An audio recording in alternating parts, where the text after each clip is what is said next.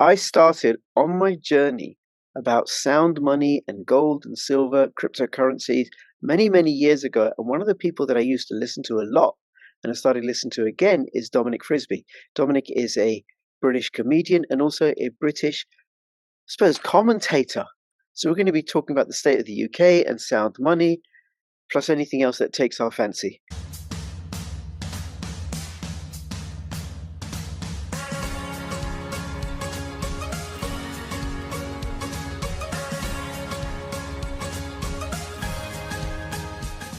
NordVPN is becoming more than just a VPN. Threat protection will guard your device against malicious websites, malware, trackers, and intrusive ads, even if you're not connected to a VPN server at the time. Step up your cybersecurity and stay safe. TokenMetrics is a cryptocurrency investment platform that helps users leverage machine learning to become better crypto investors. Our in-depth analysis helps eliminate the emotions of investing, find profitable investment opportunities, and filters out scams.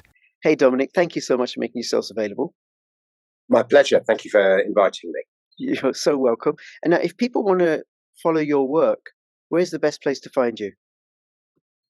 Well, I'm a bit unfocused, really, but I've got a Twitter account at Dominic Frisby if you use Twitter, but I urge you not to use Twitter because it sends everyone insane. And I've got a website, dominicfrisby.com. And then I think probably the best place is Substack. And if you are interested in my financial stuff, frisby.substack.com is the place to go, Frisby. And if you're more interested in my comedy stuff, then I've got a newsletter that I send out once every few weeks, which is Dominic Frisby at substack.com. Great. Okay. And then just don't sit forward because then all we get is your lower face. I'm doing this. I'm just in California. I just arrived last night and you can probably see it's just dawn. It's literally dawn here. The sun's just coming up in the background. And, but I'm using my phone and I'm not used to doing Zoom calls on phones. That's why I keep leaning forwards and going out of shot. Sure. I might just angle that back a bit, and then you can lean forward. Yeah, and you're just wearing a light. In I don't know if you've ever seen. Is it the Green Man? What's the Orson Welles film? Or even in all the old film noirs, when they used to, I did film studies for a little bit at university in one of the modules. Sydney Greenstreet in The Maltese Falcon. Sydney Greenstreet was the baddie. And The Maltese Falcon was one of those film noirs. It was famous for its camera angles, but also Wells used the same device, where the baddie would just lean over. They shot the baddie in such a way that he leant over the camera like that. Anyway, so I'm the baddie now. Yes, and I noticed you're wearing a light T-shirt. Morning in California. It's late afternoon in southern England where I am. I'm wearing a few merino wool jumpers. Yeah, well, it's. I don't even know what time of year this is here. I guess we're in the northern hemisphere, so I guess we're in the Californian winter. Or autumn, late autumn or fall. Yeah, autumn, I should say. But it's. I've never been here before. My mum just moved here she lived in California before, but I've not been to this house before, and it's in a place called Riverside. And I don't think we're quite in the desert, although it looks very deserty. But we're in the sort of in these mountains. There's a sort of I'm looking at a mountain just over there. You can't see it, but fabulous. Okay, I'm going to go for a run there in a bit. Yes. Now, watching some of your videos and the kind of stuff you do comedy, of course, and also you do. You've been doing some stuff lately. I suppose I would say it's personal development or interpersonal skills and everything. You did a great video on listening, which we can talk about maybe later, but also financial commentary. And there's something that you talk about, which is sound money, which, in my opinion, is really rare in Britain for anybody to talk about sound money. Yeah, well, I've been writing about it and advocating it for probably since 2006, and 15 years or something. And I'm a big believer that so much of what's wrong with the world could be cured just by sound money. I think government is too big and it's too bloated, and it doesn't matter who's in charge. Government always grows. The only question is the rate at which it grows. It even grew under Thatcher, and the reason for that is that when one body in a society has the power to create money at no cost to itself, then inevitably that body in society will have disproportionate power and influence and size. And that's the way with fiat money. That's the state. And I just think the state is too big, and the state has destroyed many things, and it's too bloated, and it's eroded the family. And I think the family is the best and most natural way to live. But when the state takes responsibility for things that the family's supposed to take responsibility for, then the structure of the family gets eroded. And some of the great dictators in the past, part of their playbook was to destroy the family. They hated the family and replace it with the state. But anyway, it's happening. It's almost, I don't think it's even planned in the UK. There are people who think it's planned. I'm a big believer that stuff isn't planned, that stuff happens accidentally. But anyway, it almost doesn't matter whether it's planned or accidental. It's what's happening. And, money is the blood of a society, and it's essential that blood be honest, sound, true, good, healthy, all those things. And it's not. It's contaminated. It's the way money is, and I just think so many of the ills of society. You spend. I said don't go on Twitter because you're mental, but all everyone does on Twitter every day is argue. And one guy thinks the problem is, I don't know, the end that people don't spend enough on healthcare and the NHS, and somebody else thinks the problem is education, and somebody else thinks the problem is immigration, and somebody else thinks the problem is not taxing people enough, and somebody else thinks the problem is taxing people too much. And there are all these arguments going on, and I just think it's like patient zero in a zombie film. I just think if you had a sound money system, then a lot of all this other free speech, free is a massive debate at the moment. But I just think sound money, you shrink the size of the state, and then everything else just follows. It inevitably follows, and I just think it's the zero patient. But nobody focuses on it. So no, nobody focuses on it. It goes on in the background. Well, a few cranks do, but and if you start to explain it, people just sort of nod, and then 2 minutes later they're arguing about whatever it is, censorship or the NHS or whatever it is they're arguing about. Yeah, you're absolutely right. I agree with you. Nobody focuses on it. And I've, from a left-wing political background, one of the things I've noticed, although in a way that being left-wing, right-wing doesn't seem to apply anymore, right? The world has changed so much, but certainly within the left, the traditional left, I've not come across any conversations about sound money. And I do get what you're saying about sound money. And I did a video a few weeks ago called Follow the Money, which was all about that if you're near the source of money, the spigot, then of course you're going to use that money to buy favors, to corrupt, to engineer society in a way that favors you to the detriment of everybody else who loses out because their time and labor gets devalued.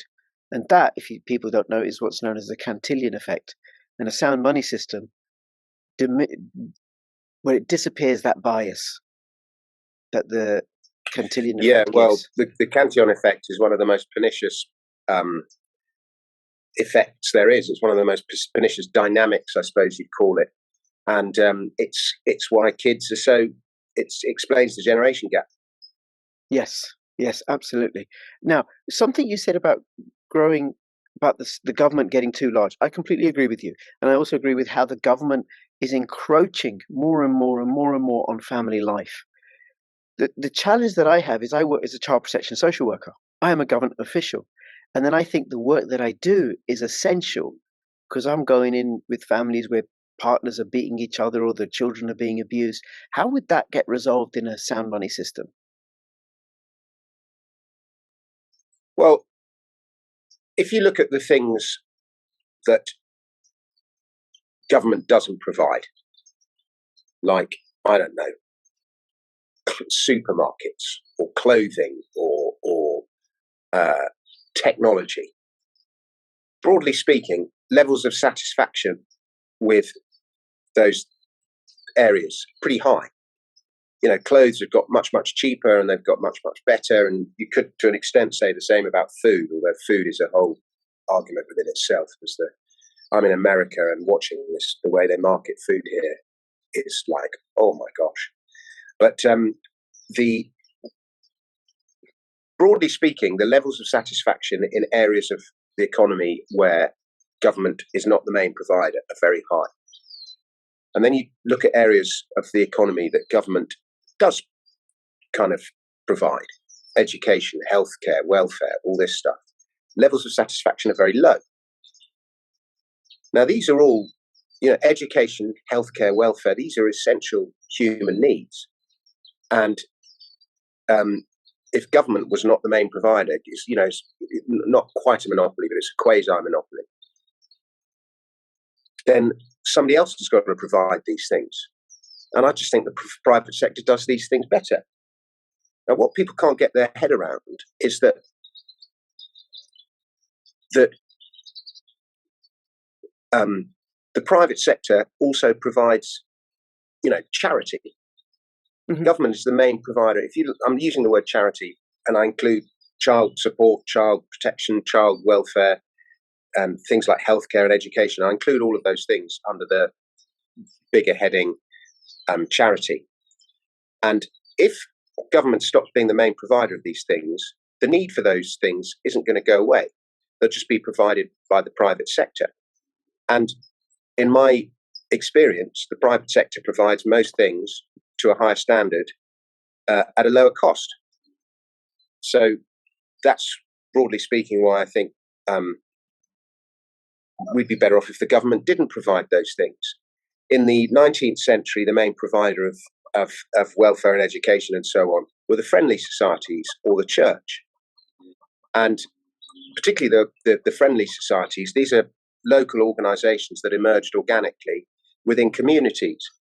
And I don't know anything about how child support and child protection works, but I bet if the organization of it was local, where everyone knows everyone, I bet you got chickens there. I love chickens. Can you hear them? That's right. I'm in the back garden. They've suddenly started. Decentralized local food production. Yeah, I used to keep chickens. I love chickens. I'm nuts about chickens. Anyway, I dream about keeping chickens. So anyway, you know what they're doing. We'll just include them. I think they're advocating for sound eggs. Yeah. Well. So in a world with no government, where child protection is an essential need, I imagine the administration of it and the provision of it would be done locally. And as a result, monitoring would be much better. The people involved, what goes on. I bet the policing of it would be better. It's more adaptive. So, for example, there wouldn't be some top-down directive from HQ that says it must be done this way because different circumstances require different types of care. Some people need a firm hand, other people need an arm over their shoulder.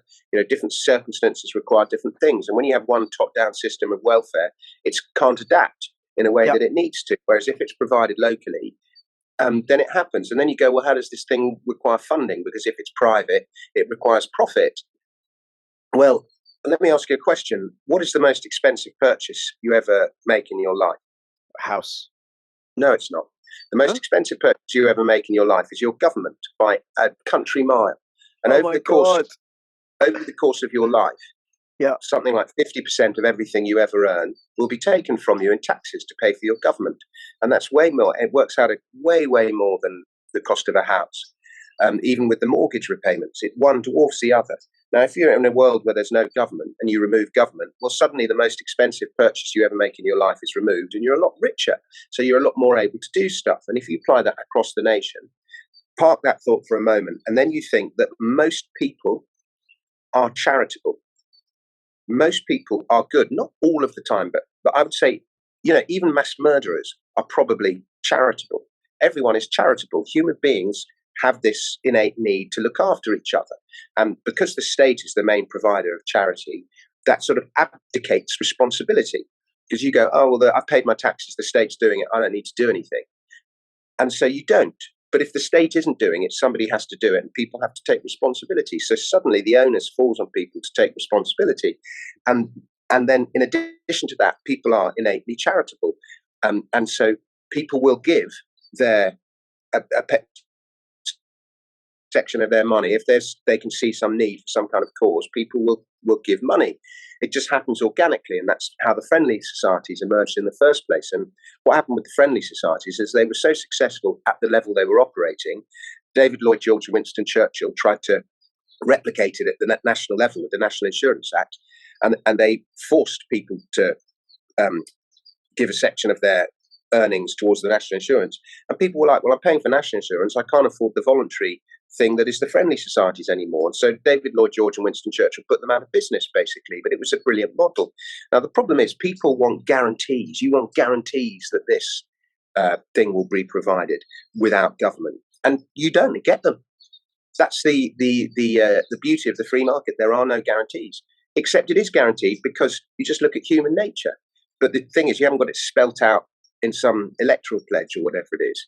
So that's how I think those things can be provided in a world with much smaller government. Unfortunately, everything I've just described is totally theoretical, and we're not likely to see it in our lifetime in the UK because it's just entrenched. I mean, they just tried to slash high rate income tax by 5% and go back to the levels that they were under the Labour government, and the whole country had a meltdown. And you're like, do you not understand the difference between income and capital? You know, the way the rich don't rely, the super rich I'm talking about, don't rely on income for their wealth. They rely on the appreciation in the value of their assets, their companies, their real estate, and all the rest of it, their fine art. And none of that is taxed, is income tax, except for maybe dividends. Whereas to get to the super rich level, you have to work. And yeah, we heavily tax income tax. And so nobody made this argument. The whole media is really irresponsible for not making this argument. They all had a meltdown about reducing high rate income tax by 5%, not realizing that's actually an equalizing force, not a benefit the rich force. So that made me really cross. But anyway, the point is we're not going to see it. The world I just described in the UK in our lifetime. We have to go to Ancapistan or somewhere if we're going to see it. And so, but nevertheless, you know, one of my core things is find the right answer, realize you'll never see it in your lifetime, but make the argument anyway because it's the right answer. Wow. Okay. Fair enough. And what you said is just so much in there that's fascinating. The thing about taxes, it's so invisible in the background, accepted, that of course I'd never thought of it that way. And then also, I think the challenge that we face, that we all face, is inside a system of fractional reserve banking, where we have corrupt money corrupting everything. It's hard to conceive of what it might be like inside a sound money system. How different that would be. Yeah, well, sound money limits government. Gold or Bitcoin, whatever it is, it just puts a discipline on government because they can't create it. And I'll tell you how the money system has changed in the last 10 years. And I heard this expression from a market commentator called Russell Napier, who in my view is a genius. He talked about the politicization of credit. Now, I'm going to explain how the money system has changed. Until 2008, you know, with the fractional reserve banking system, money was basically debt. And every time a bank issued new debt, money was created.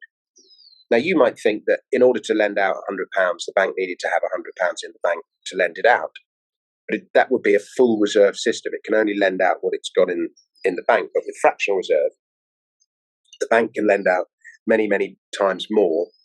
So if I go to the bank and I say, you know, I need £1 million to buy this house, I've got a £100,000 mortgage and I've earned £300,000 a year, so it's 3 times my earnings. Will you lend me £1 million? The government, the bank looks at my credit and everything and says, yeah, I'll lend you £1 million. It then creates that money as against the collateral that is the house. So that money didn't previously exist. And suddenly £1 million is in the economy that wasn't previously there. And then we wonder why house prices get so expensive. Well, £1 million just got created and bought a house. So that's just £1 million in the housing market that wasn't previously there. So when you introduce new debt into any kind of economy, it creates inflation, it creates rising prices. Now, house prices aren't included in inflation measures, and so nobody thought it was a problem, except for the fact that no young people can now afford a house because the housing markets are inflated. But anyway, so that is how money gets created when debt gets issued. And that's why people say money is debt. But what's happened post 2008 is that system still applies. And every time you use leverage, leverage is just another word for debt. So if I'm spread betting or something and I've got a 10-to-1 leverage, that's basically a debt-based system of speculation. So that's why, again, financial markets are so inflated, because there's so much leverage. But post 2008, what happened is suddenly central banks started creating money and buying. So rather than private banks, rather than HSBC or Barclays lending out money for whatever it is, the central banks started printing money and creating it, and then using it to buy government debt mostly, but other things as well. And so that was a whole new system of money creation, central bank money creation. And it, from the government point of view, it was incredibly successful because it bailed out the system and it enabled them to do the things they want to do and more. It basically gave them funding without them having to be accountable to the taxpayer and say, look, we're raising your taxes to do this money. They just printed it. And also another way government creates money is through the bond markets and selling its bonds, which is another means by which money gets created as debt. But the central bank was printing the money and buying the debt. And there's some countries in the world now where I think something like 50% of government debt is owned by the central bank. So that was a big evolution. And then COVID comes along, and suddenly they use the same device, printing money, but they gave it out directly to people. So instead of using it and the money staying in the financial markets and buying government debt and whatever else the central bank was buying bonds, now money's going into the real economy, whether it's by furlough or by all the various means by which money made its way to people. What was that thing? Bounce back loans and all this stuff. And America had their own things. So suddenly, the central bank is creating money and it's going straight into the real economy. And then we wonder why we've got inflation. Well, you just printed money, and previously you hid that money in the housing market or the financial market. Now it's in the real economy because you gave it out directly to people. And that's why we've got inflation. And obviously supply chains are a big factor as well. But the main reason is you inflated the money supply and you put it directly into areas where it actually impacts CPI, your measures. Well, just on that, on the supply chain, the inflation, my take on it is that influx of new money into the economy disrupted the supply chain, because you've got large players who are like, okay, the government are producing money like it's going out of fashion. Let me put it into something tangible and real. So they start buying up commodities. And then that disrupts the supply chain.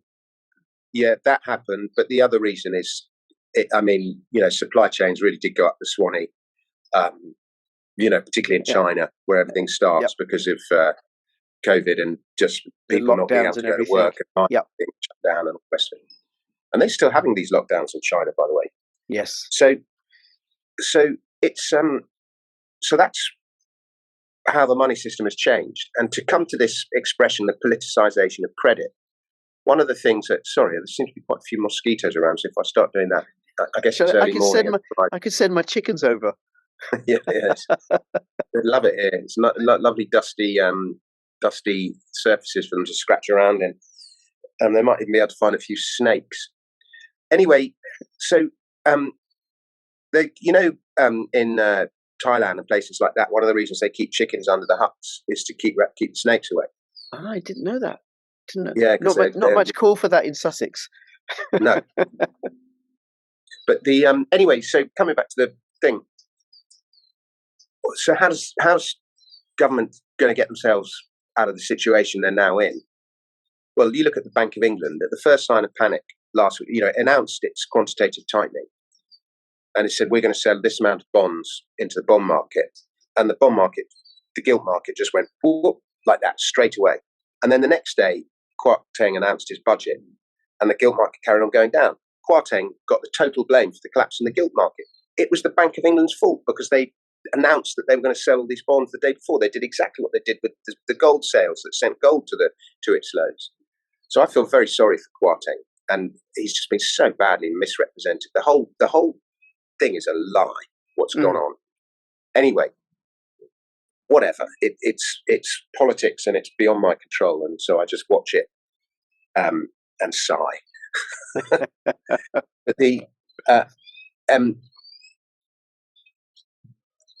At the first sign of panic, the Bank of England started printing again, so it totally reversed its quantitative tightening policy. So you just know the default response is to print, because printing is easier than I don't know. It's easier than taxing. It's easier than tightening your belt. It's easier than austerity. It's easier than raising taxes. You just print. And government has now taken control of the printers. Before it was private banks. Now the central bank, at the demand of the Treasury, we need to spend this much money on whatever venture it is. This is the new one, bailing out high gas price, electricity and power prices at home. I just got my thing from British Gas today, £66. What? Why are you giving me £66? But anyway, so that is now credit. It used to be government would use tax revenue and issue its own debt to do whatever it wants to do. Now it is creating credit itself to do what it wants to do. And they're going to have to find a new way of manipulating inflation. And I probably think we're going to be in a world where maybe inflation is 6%, something like that, 5-6%, and rates are 2-3%. And we're just going to live in this world of permanent debasement of money. But that's good because it devalues, from their point of view, because it devalues their debt. And you're, as I say, you're going to see the politicization of credit. Credit is going to be created and it is going to be used for political needs. And in the short term, people will like it. I like getting £66 to pay for my energy bills, and I'm sure other people will like it. And so people will carry on voting for it. And they're going to go, oh, we got this, that, and the other in the NHS, and we're going to spend this much money saving whatever. And the credit will go on that. So it's, you look at it as a monetary purist and you go, how is this possible? But that is where we go. Yes. The nature of money has changed. And then from there, I guess, at some point, CBDCs come in. I gather that the tech is already there. So you get your, you've got your little central bank app with your money in it, your wallet, your central bank wallet. And then you get your gas bailout money in the wallet. And then you get your favorable rate of interest because you're a good person. You say the right things on social media.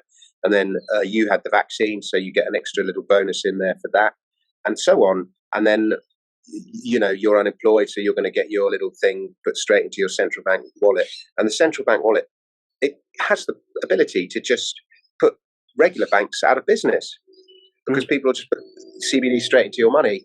So that's the next step in this politicization of money and politicization of credit. And it's a very bad place that we're going to. It is a very, very bad place. And there's just a few things I want to say. One is, you don't know this, but my kids are home educated, never been to school. And my son, when he's now 18, he bought Bitcoin, I think when he was 11. He says he bought it when he was 9. And he's now doing economics in college. And I warned him not to, but what can you do? It's a local college where I am, where he's doing his A-levels. Okay. And he's saying the economics teacher knows nothing about sound money, fractional reserve banking. It's not covered in the syllabus. So so my son is able to educate the economics lecturer about all sorts of stuff about why the ruble will do so well once they pegged it to gold, and then they removed the peg a few weeks later, and why Russia's not going to suffer. And one of the things to highlight, I suppose, is being home educated. We had local, decentralized, family-based education, where me and my wife were fully responsible for what went into our children's heads and what they were exposed to. So I think that's a great argument in support of what you were saying in terms of locally managed issues. Yeah, if you're not using the state system, the responsibility falls straight back on the family. Yeah. And your family will be much stronger for having done that. And their kids will have a much better education for having done that. And it'll be unique, and they won't be brainwashed with, whatever version of history they're teaching now. And they'll be much more fulfilled, complete individuals as a result. And But what you could have done, let's say you were really busy at work and you couldn't do whatever it was, you could have got together with 3 or 4 other families and had like mini schools. When you go to nursery school and so on, the families all meet and bond pretty quickly. And, you would have, before you knew it, you would have had a mutually provided cooperative.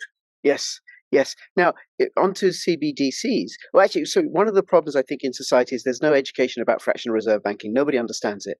People don't know about it. They think, yeah, free money. They don't get the implications of how it's going to bite them in a few weeks' time, few weeks, few months, few years. How it really impoverishes everybody and enriches the select few. Then the other thing is, I invite you to check out the work of, I don't know if you're familiar with Danielle DiMartino Booth. Oh, I just met her like 2 or 3 days ago. I was doing in New Orleans. We did a talk, and she was on after me, so we met. Yeah, the Hedge Eye Investment Summit, was that? No, it was called the New Orleans Investment Conference. But right. Yeah, I hung out with her for a bit. Okay, well, the other person I invite you to check out is Tom Luongo. Yeah, she talked excellent. Yes. Well, the other person I invite you to check out is Tom Luongo, whose argument is that the CBDCs are going to disappear commercial banking. And the problem with that... They could do. Yeah, well, he's saying Goldman Sachs and JP Morgan aren't going to go without a fight. They're not going to lose their business model. So you have the Federal Reserve, which is the largest subsidiary is the New York Fed, owned by JP Morgan and Goldman Sachs, raising interest rates, draining capital out of the UK and Europe because they want the euro dollar. They want control of dollar interest rates. I think it being LIBOR. I think the impact will be more on retail banking than when you said commercial banking. I thought you meant your personal account with HSBC or Barclays or whoever it is. I think Goldman Sachs. We don't need to worry about Goldman Sachs. All right. Fair enough. Let's not worry about them. They'll be okay. I won't do social work on them. Dominic, is there anything you want to say before we finish up? Actually, what should people do, given what's happening, given the way things are rolling out? I just think there's literally no point going on Twitter and tearing your hair out. I would survey it all and just try and get your own house in order. There's nothing else you can do. Okay, well, hopefully you're gonna tweet this video out though, or I'll certainly tweet it out, right? You can retweet it. And here's what I would say to people if you're watching this. So one, do follow Dominic's work. Get yourself educated, financially literate. Don't leave it to the mainstream media. Don't leave it to schools and stuff. Learn about sound money. Educate yourself on the pitfalls of fractional reserve banking and what that is. And not financial advice. Go take a look at gold, silver, Bitcoin, Monero, Pirate Chain, and other forms of sound value transfer. Dominic, thank you so much for taking the time out to speak to me. And who's watching, all the links in the description below. Please subscribe, comment, like, and I forgot to say, follow me on bit.ly/CryptoRichOdyssey, because that's censorship resistant. So is CryptoRich 3Speak, which is also a censorship resistant platform. I just don't always post there in time. All right, Dominic, thank you. All the best. Bye-bye. Thank you very much. Cheers. Dominic?